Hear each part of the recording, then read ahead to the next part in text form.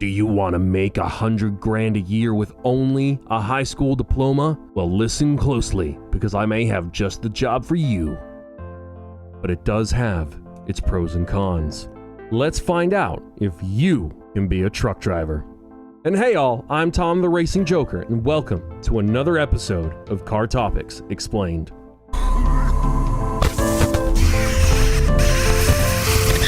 So, let's say you're like me. You paid for your commercial driving school, and you now have a full Class A license with air brakes certification. I don't have any extra endorsements like hazmat, so we're not going to worry about that. I'm not interested, and honestly, the risk isn't really worth it. A few basic things that you need to know about truck driving. Commercial drivers cannot have a blood alcohol level of 0.04%. which is lower than the normal civilian limit of 0.08%. And given how often you're working, you might as well just stop drinking. Because most of us only have 34 hours to 48 hours of off time a week. The rest of the time, we're on the road and basically on duty. Typically, you are paid by the miles you drive rather than by a salary or hourly rate, but there are exceptions. I, for instance, am paid 73 cents a mile. And despite being governed to 65 and not being able to go faster than that, I still average about 63. So if I'm just rolling down the highways and the interstates for long periods of time, that's about $45 an hour, thereabouts. But there is a limit to how much you can drive. Truck drivers, much like airline flight crews, have to follow hours of service regulations. A truck driver may only be working for a maximum of 14 hours before they are required to take a 10-hour break. And usually, you start working the moment that break is over. Keep in mind that this 14-hour countdown doesn't stop even if you aren't driving. It starts the moment you clock in. And more importantly, within this 14-hour period, you can only drive for a maximum of 11 hours. And even so, if you spend too much time not driving, even if you're working or not, the work countdown, that 14-hour timer, can start to eat into your 11-hour timer, which only counts down if you're driving. Another thing to keep in mind is that you can't legally drive for 11 hours nonstop without breaks. The longest period of time you can drive without breaks is 8 hours. To get access to the rest of your 11-hour driving clock, you have to take a 30-minute break to kind of reset it to whatever you have left. So say I start driving, I have 11 hours on my clock, I drive for, an hour, leaving that with 10 left, but it actually says I've got 7 left. But if I take a 30-minute break, it will reset and I'll have 8 left again to drive nonstop.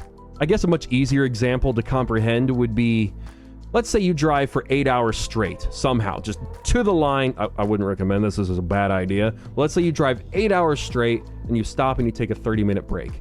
Then you would have the reset happen, and then you would have another 3 hours to go before you could just not drive anymore. And lastly, you can only be clocked in for a maximum of 70 hours as a kind of weekly limit. To reset your weekly clock, you have to take a minimum 34-hour break, which might sound like a lot, but it isn't. That resets the 70-hour work limit for a week. That counts down whenever you're driving, you're on duty, or clocked in, or however you want to say it. It doesn't count down whenever you're taking a break, whether it's a 30-minute break or a 10-hour break. And so, since I'm limited to 65 miles per hour, I can only go so far. The best I've done is about 3,100 miles before I ran out of time on my 70-hour clock, and that was non-stop driving. But what was my longest work week? About 69 hours and 50 minutes. Pretty to the wire, riding the edge there. Another thing you need to know is that you will likely spend a lot of time on the road away from home. Weeks or sometimes even months, depending on the work you signed up to do. Keep this in mind if you have a spouse or kids at home, or just frankly something to live for. That home life and work life balance is very difficult with this career. Let me give you a theoretical example of a work week at a high paying account similar to mine. Let's say your theoretical schedule starts Monday morning at 5 a.m., but you have to drive 6.5 hours in the truck from your home to the distribution center. There you park for at least 10 hours and start your next work day between 10 p.m. and 3 a.m. You grab a loaded trailer and then drive to make your deliveries. Now, this job is no-touch freight, meaning you aren't actually allowed to unload the trailers. Not in the purview of your job. You try and do it, you're probably just going to get in trouble. Let's say you have 3 stores, which is the average for us. So by the time you finish with your 3rd store, your on-duty 14-hour clock is below the amount of drive time you have left. This means you have to just drive as far back towards your distribution center without stopping, so you can make it as far as you can and shut down as soon as you can so that you can make yourself available for your another load. So as long as you're not delayed by any extreme measure, you should be available for another load. If any store takes too long, or you get stuck in traffic or anything like that, you might not make it far enough, you might not get another load, and you might just be sitting for a day in the truck. But hey, if you made it far enough, you basically take a 10-hour break and then start driving as soon as it's up to make it back in time to grab the next loaded trailer to do more deliveries. To put it into perspective, going back to what I just said, if you don't make it far enough, you essentially lose a load. And on this account, each load is about 500, 700 miles total. There are some outliers that go, below and above that. So unless you've got, round trip, 800 to 1,000 paid miles, you're going to want to make it close enough to get more work. Think of it like this. You'll probably get about 550 miles a day, which is about $400.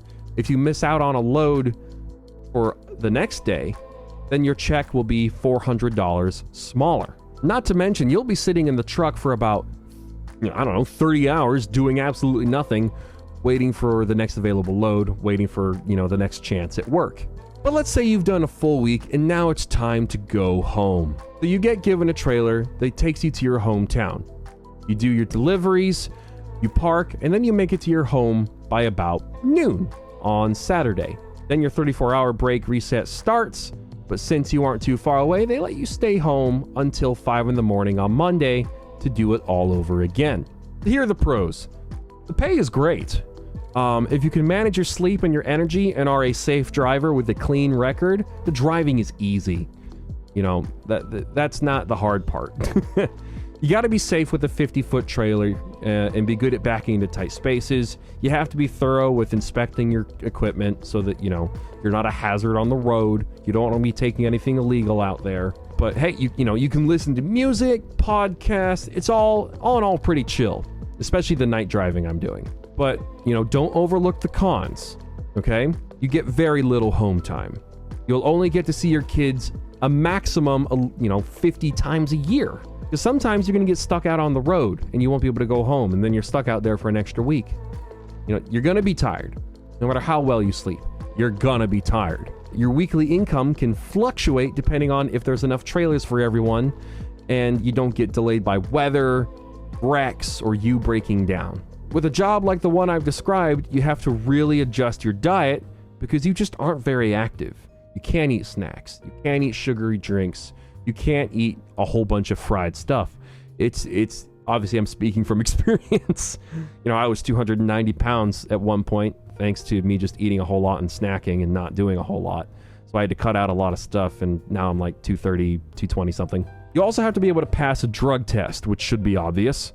Whether it be hair or urine or both. So no marijuana or anything more severe than that. Certain prescription medications can disqualify you too, like Zoloft, for instance. Because I believe on the bottles for that sort of stuff, it even says, do not operate heavy machinery or equipment. You also may as well just stop drinking to simplify things, because drinking the day before you have to go to work, especially less than 10 hours before you have to start driving, it's just not a good idea.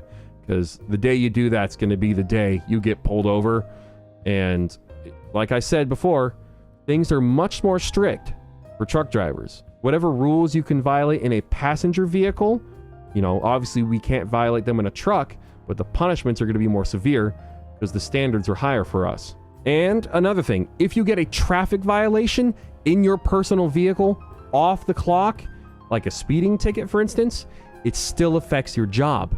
So you have to be a safe driver and be absolutely flawless in the truck and out of the truck. But hey, it's not all bad. Watch this video of me driving 2,800 miles in a week if you want an example of what it's really like.